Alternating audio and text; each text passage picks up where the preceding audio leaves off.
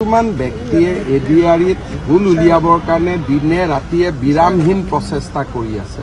মই তেওঁলোকক ধন্যবাদ আৰু অভিনন্দন জনাইছো। আপোনালোকে যিমান খুঁত উলিয়াব যে খুঁত উলিয়াই থাকক। ইয়াৰ পৰা ক্ষতিটো হিমন্ত বিশ্ব শৰ্মাৰ নহয়, ক্ষতি হ'ব যুৱক যুৱতীসকলৰ। স্বপ্ন যদি ক'ৰবাত দুখ পায় যুৱক যুৱতীসকলে। গতিকে এই যে এডিআৰি পৰীক্ষাক লৈ ভুল নোহোৱা এটা পৰীক্ষাত ভুল উলিয়াবৰ কাৰণে সংবাদ মাধ্যম এছাম মহলৰ যি অবিৰাম প্ৰচেষ্টা, তাত মই এজন পিতৃ হিচাপে দুখ আৰু শোক পোৱাৰ বাদে মোৰ আগত কোনো ৰাস্তা নাই। মই দুখ পাব লাগিব, কষ্ট পাব লাগিব, তাৰ বাদে কোনো ৰাস্তা নাই। হিমন্ত বিশ্ব শৰ্মাক বেয়া পাওক, কিন্তু 11 লাখ যুৱক যুৱতীক আপোনালোকে বেয়া নাপাব।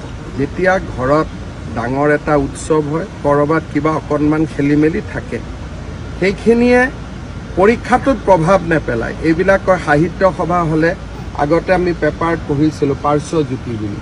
এইবিলাক পাৰ্শ্বজ্যোতি কিবা ডাঙৰ পৰীক্ষা হ'লে, কিন্তু তাকে লৈ চুট পেণ্ট পিন্ধি টিভিত ওলাই যে পৰীক্ষা বেয়া হৈ গ'ল, প্ৰশ্ন কাকত ওলাই গ'ল, যিটো প্ৰচেষ্টা, এই প্ৰচেষ্টাই অসমৰ সংবাদ মাধ্যমক যুৱক যুৱতীৰ পৰা আঁতৰাই লৈ যাব। পৰীক্ষাটো সকলো ভালেই হ'ব, পৰীক্ষা নিশ্চিতভাৱে ভাল পাব। দুখীয়া ল'ৰা ছোৱালীয়ে চাকৰি পাব। যেতিয়া চাকৰি ৰিজাল্ট ওলাব, প্ৰতিজনৰ দেউতাক মাকৰ খবৰ ল'ব। সাহস থাকিলে ষ্টুডিঅ'টো দেউতাক মাকক মাতিব। দুখীয়া দৰিদ্ৰ পৰিয়ালে চাকৰি পাব। কিন্তু পৰীক্ষাটোত ভুল উলিয়াবৰ কাৰণে একাংশ সংবাদ মাধ্যম যেনেকৈ নামি পৰিছে, তেনেকুৱা হ'লেতো কোনেও পৰীক্ষাই নাপাতিব ভৱিষ্যতে ভয়তে। মই ভয় নকৰোঁ বুলিহে পৰীক্ষাটো পাতি আছোঁ। মোৰ পিছততো পৰীক্ষা পাতিবই মানুহে ভয় কৰিব। কিন্তু 2:17 তাৰ পিছত পৰীক্ষা হৈ যোৱাৰ পিছত প্ৰশ্নৰ কাকতখনটো এতিয়া খোলা হৈ গ'ল। অহাকালিতো আমি দিয়েই দিম 29 তাৰিখৰ পৰীক্ষা। পৰীক্ষা হোৱাৰ পিছত প্ৰশ্নৰ কাকতখনৰ মূল্য কি থাকিব? হৈ যোৱা পৰীক্ষা তাৰ পিছত প্ৰশ্নৰ কাকতখন তাৰ মূল্য কি? সেইকাৰণে মই এইবাৰ সেৱাক কৈছোঁ, প্ৰশ্নৰ কাকতখন ঘৰতে লৈ যাব দিব। নহ'লে সংবাদ মাধ্যমে এইখনক লৈ ৰাজনীতি কৰি থাকিব। OMR চিটটো ওলোৱা নাই। আৰু 2:17 ডেৰটাত পৰীক্ষা শেষ হৈছে। 2:17 কিছু শিক্ষাগুৰু বুলিয়ে ক'ম, কিছু শিক্ষাগুৰুৱে প্ৰচেষ্টা কৰিছিল যে এখন মই ফটোষ্টেট কৰি লওঁ। কিয় লৈছিল চাম।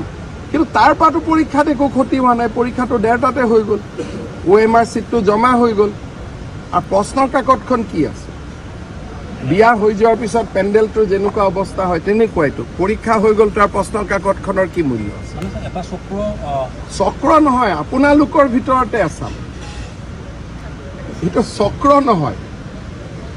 কালিৰ পৰা জোতা পেণ্ট পিন্ধি ষ্টুডিঅ'বিলাকত 2-3টা টিভিটো এইটোৱে জঁপিয়াব আৰম্ভ কৰিলে। মোৰ চিন্তা এইটো যে সংবাদ মাধ্যম ৰাইজৰ পৰা কিয় আঁতৰি গৈছে ইমান?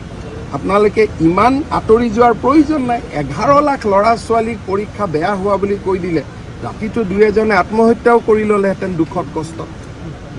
যে ইমান পৰীক্ষা দিলোঁ, চৰকাৰক এটা সোধা নাই যে কি ঘটনা হৈছে। আগতে নিউজ বজাই দিলে। এটাতো সোধক চৰকাৰক যে 11 লাখ ল'ৰা ছোৱালীৰ জীৱন জড়িত হৈ আছে। যদি ভুল কথা এটা লওঁ, ৰাতি কোনোবাই আত্মহত্যাও কৰি দিব পাৰে। অসমৰ 2-এটা সংবাদ মাধ্যম, মই নাম নকওঁ, আৰু বিশ্বকৰ্মা পূজাৰ দিনা যি ধৰণে মানুহৰ পৰা আঁতৰি গৈ আছে, এইটো চিন্তনীয় বিষয়।